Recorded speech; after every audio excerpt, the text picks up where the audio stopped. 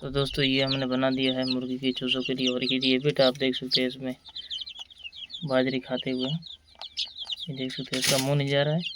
अब इनको डालेंगे, ये गिर गया। ये आप देख सकते हैं मुर्गी के चूज़ों को खाते हुए। इन्होंने अभी देखा नहीं, ये देख लिया, ये देखते हैं खाते हुए। और ये इधर पानी का हमने लगा दिया है, बोतल से बनाया जुगाड़। कैसे लग रहा है आपको कमेंट में ज़रूर बताएं।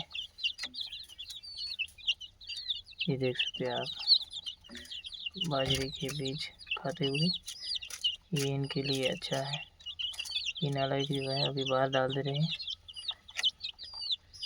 ये बोतल भरी हुई है और ये पानी का जुगाड़, ये अपने आप ऑटोमेटिक आता हुआ। इसको थोड़ा दूर रखते हैं, ये आप देख सकते हैं। और इधर पानी का